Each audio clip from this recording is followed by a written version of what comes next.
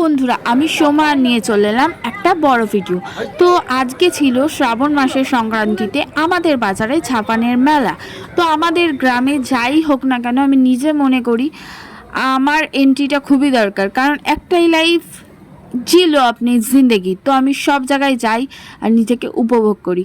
তো বৌদি, আমি, জেনি, মেনি, তোজো, রিম্পা সবাই মিলে চলে গেছিলাম মেলায়। তো মেলায় প্রচণ্ড পরিমাণে ভিড় হয়েছে, আর মেলায় যাব ঠেলা খাবো না এটা কি করে পসিবল। তো একটু ঠেলা খেতে খেতে আর তোমাদের দেখাতে দেখাতে যাচ্ছি হলো মেলার ভেতরে। তো সামনেই একটা লাইটিং হেয়ার ব্যান্ডের দোকান পড়েছে। আমার এত পরিমাণে ভালো লেগেছে কি বলবো, বাট দাম শুনে আমি পাশের দোকান থেকে একটা ফোনের কভার নিয়ে চলে আসলাম, কারণ ফোনটা গার্ড করা খুবই দরকার ছিল। এরপর দিয়ে নিলাম পুজো। ছাপানে এসেছি, মেলায় এসেছি, পুজো দেবো না, এটা হতে পারে? এই যে তোমাদের কিন্তু মায়ের দর্শন করিয়ে দিলাম।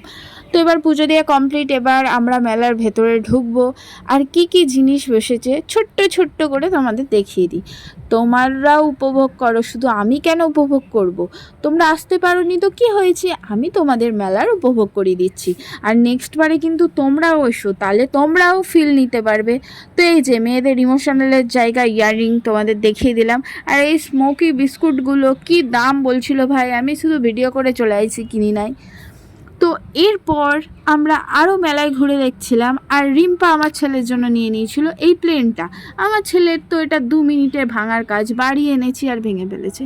আর এখন আমি দাঁড়িয়ে দাঁড়িয়ে কী করছিলাম আমি নিজেও জানি না, রিম্পা আমার ভিডিও তুললো তাই।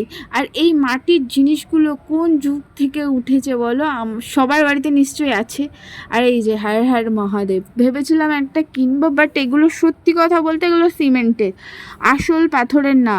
বাড়িতে পুজো করবে, ওই দুধ গঙ্গার জল ছিটাচ্ছে, সেটা মুছতে মুছতে দেখবে সেই সিমেন্ট বেরিয়ে গেছে। তো এগুলো ফালতু বেকার, তোমরা কেউ মেলা থেকে কেনো না একদম। আর এই যে কটা ক্লিপ কিনলাম, দেখা হয়ে গেল বন্ধুর সাথে। বন্ধু কিন্তু চাকরি পেয়ে গেছে, টিট বাকি আছে। তো এরপর খেয়ে নিয়েছিলাম মোমো। মোমো দেখে লোভ সামলাতে পারছি না, তাই কিনে নিয়েছিলাম মোমো, বাট মোমোটা এত বেকার ছিল কি বলবো। তারপর বাড়ির জন্য রিম্পা নিয়ে নিচ্ছিল জিলাপি বাদাম। জিলাপি বাদাম কিনে নিয়ে এবার তো বাড়ির দিকে যেতে হবে, তাই না? বাড়ির দিকে আসতেই দেখি বাজনা, আর বাজনা দেখতে দেখতে আমরা কিন্তু চলে যাব আমাদের বাড়ি। সোমরা বাজারের মেলায় বিখ্যাত হলো এই বাজনা।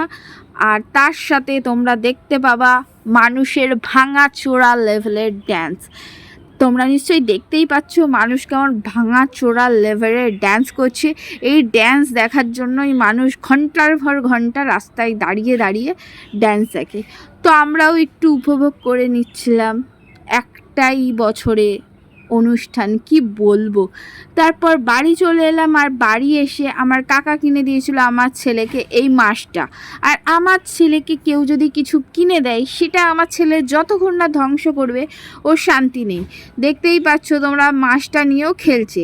এবার দেখতে পাবে খেলতে খেলতে মাছটাকে ফাটাস করে ফাটাই ফেলবে, তোমরা শুধু দেখতে থাকো।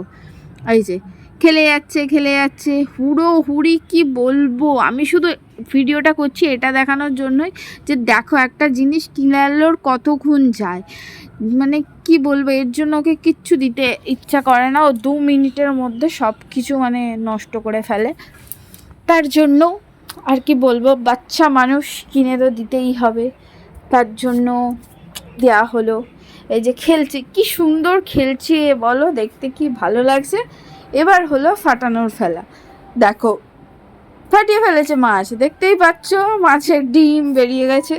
তো এবার আর কি করবে, ফোলানোর চেষ্টা করছে, তো ফাটিয়ে ফেলেছে, এটা তো আর ফুলবেই না, তাই না? ওকে কি করে বোঝাবো, ওই ফাটিয়েছে। So bye bye.